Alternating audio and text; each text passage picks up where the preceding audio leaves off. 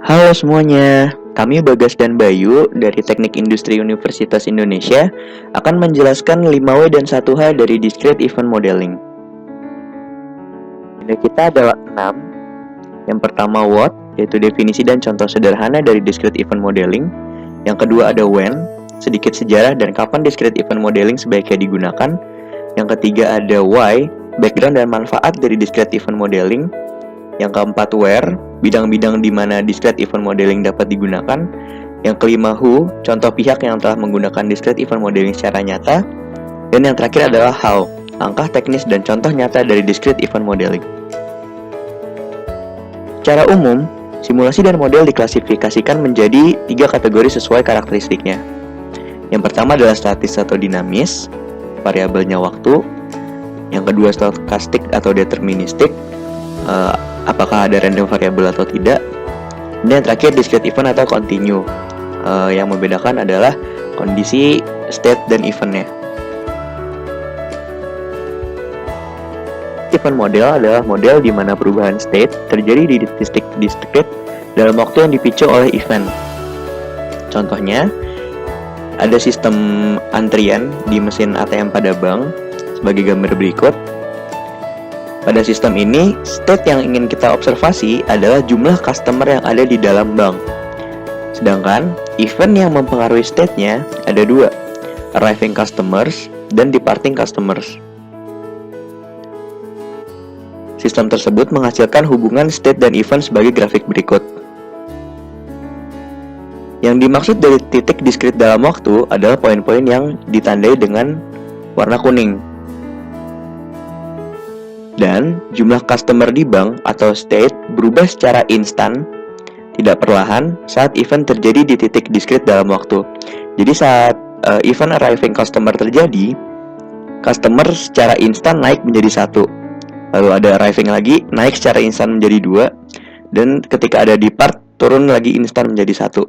Seperti itu. Progres dari state itu merupakan sebuah instan dan tidak perlahan, seperti model continue. Discrete event model berkembang sejak tahun 1960-an dalam ilmu teknik industri dan operation research. Awalnya dikembangkan untuk menganalisa dan melakukan improvement pada proses industri dan bisnis dengan cara merepresentasikan proses tersebut secara realistis agar dapat dimodifikasi sebebas mungkin.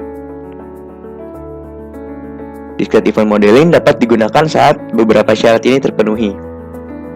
Yang pertama, seluruh variabel state dalam bidang atau kasus tersebut berubah secara instan pada titik discrete dalam waktu ketika event terjadi, seperti telah dijelaskan di slide sebelumnya.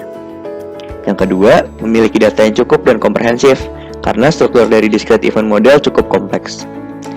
Yang ketiga dan terakhir, secara perhitungan dapat menghemat biaya, di mana bidang atau kasus memiliki sumber daya terbatas dan membutuhkan discrete event model untuk secara bebas membuat kemungkinan modifikasi.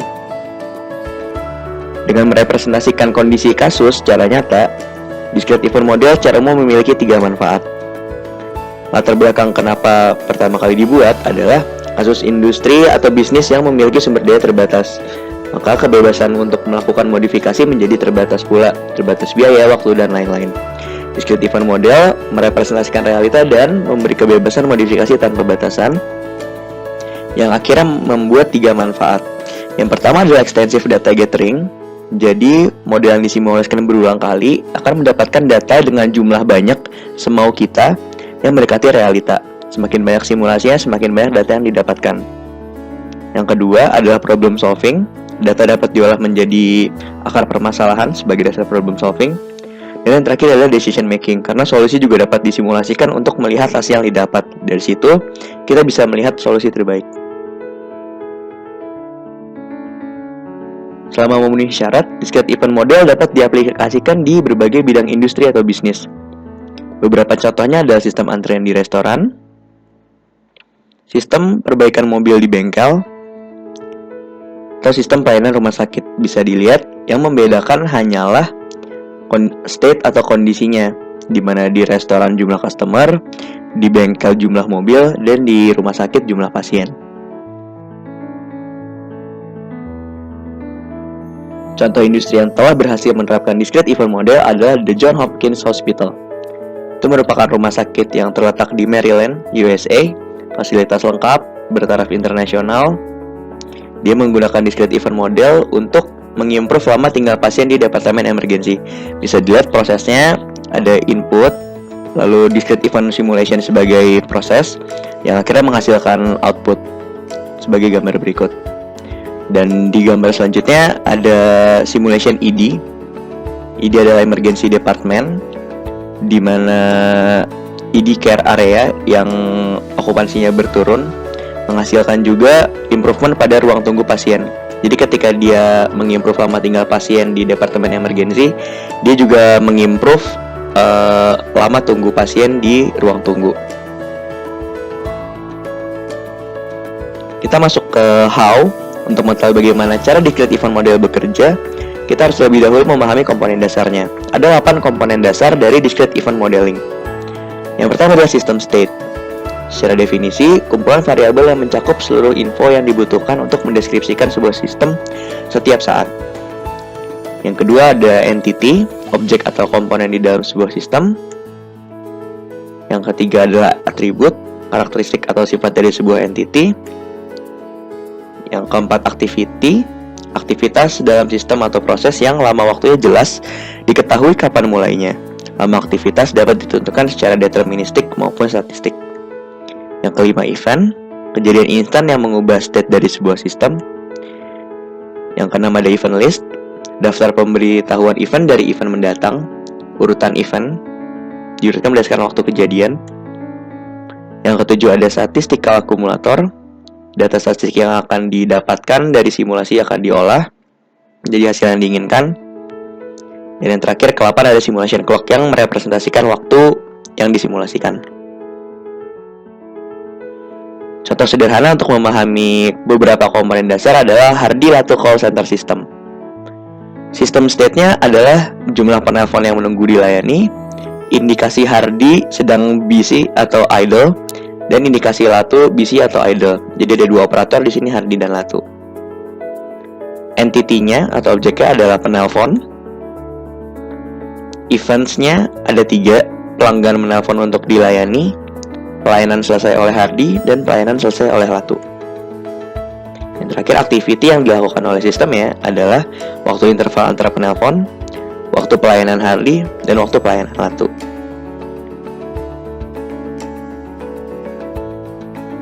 Komponen-komponen yang telah dijelaskan diplot menjadi sebuah model yang kemudian disimulasikan untuk mencapai tujuan. Berikut merupakan video yang dapat secara lebih lanjut menjelaskan discrete event modeling. Diaplikasikan di Johns Hopkins Outpatient Center atau JHOC. As inputs to a discrete event simulation. This particular simulation was Oke. Jadi di video ini ada 3 jenis entity di mana customer dibedakan dari aktivitasnya. Ada pasien yang pertama kali datang ke JHOC, ada yang kembali ke JHOC, jadi bukan pertama kali, dan terakhir hanya untuk membeli obat.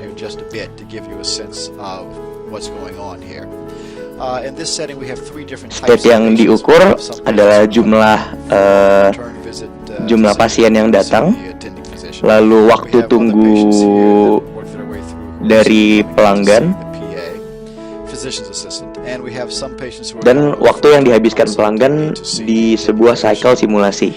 And let me speed this up here a little bit. And so what we're showing here is the simulation of a 4-hour clinic session. At the end of this run for this clinical session, we will be able to look at the cycle times for every patient that was on the schedule. For this particular setting, we've got 17 patients on the schedule. And at the end of this run, we'll be able to look at the cycle times, the waiting times, and so on for every patient on that schedule. Using simulation allows us to do a number of things. For example, we can play around with the resource levels within the clinic, the number of rooms, the number of residents, the number of attending physicians, and so on. Bisa dilihat simulasi ini memberikan kebebasan untuk memodifikasi resource atau activity. Itu dia bisa memodifikasi jumlah suster, jumlah kamar, dan lain-lainnya.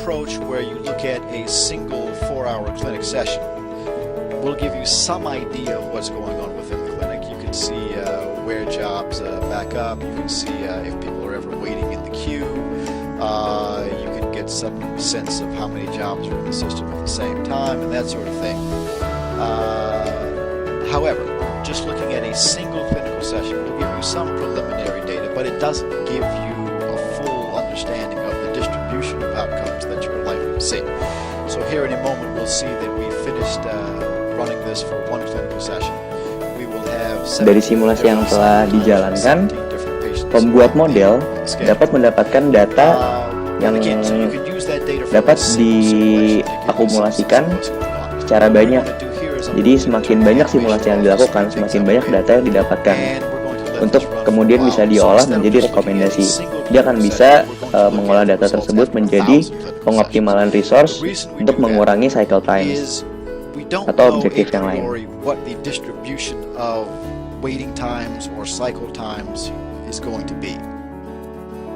Terima kasih.